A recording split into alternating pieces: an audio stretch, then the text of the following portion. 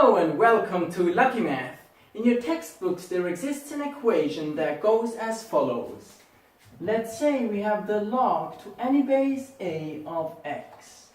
Then this can be rewritten as the log to some new base b of x divided by the log to this same new base b of the old base a. And the argument x has to be some real positive value because the logarithm can only take positive arguments, and the bases a and b, they have to be real, positive, and should not equal 1 as always when we deal with logarithms.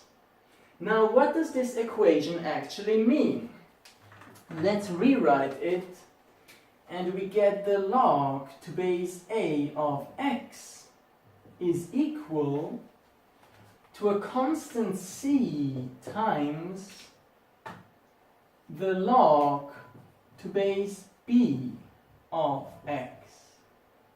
And if you compare these two equations, you can see that the constant c has to be equal to 1 over the log to base b of a.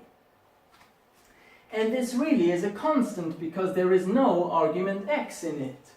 And the important thing to notice is that the logarithms to different bases are simply connected by this constant c.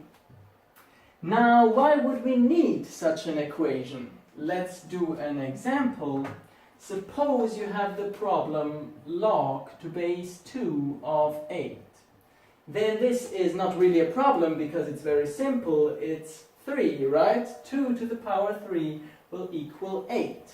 But if you would like to solve this by use of your calculator, then it is a problem because your calculator only works with the logs to either base 10 or e, so with a natural logarithm. Therefore, you have to use this equation right here to rewrite this problem. For example, like this.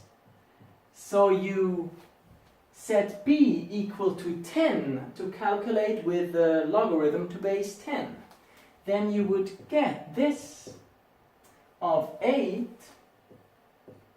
divided by the log to your new base 10 of the old base 2. And this will give you exactly the same as this. So it's pretty handy, right? And also, if you would prefer to calculate with the natural logarithm, then you choose e as your base b.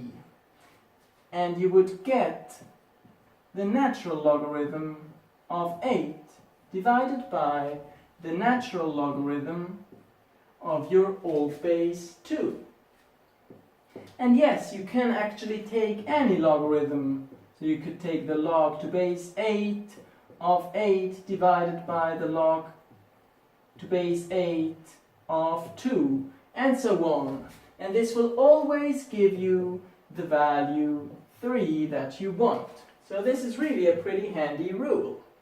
And just to clarify, this ln is just equal to the log to base e, and I have a separate video on this up there.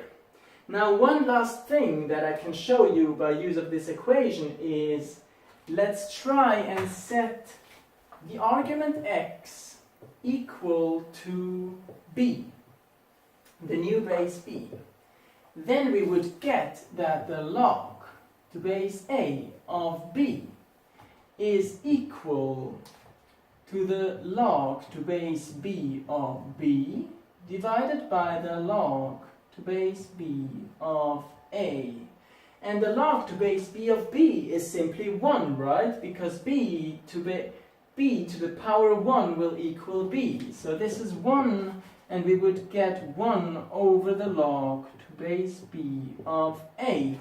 Now let's multiply on both sides of the equation the log to base b of a. What we get is the log to base a of b times the log to base b of a, is equal to 1. And I think that's pretty cool. Let's check.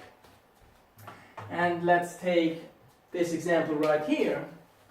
So the log to base 2 of 8 times the log to base 8 of 2.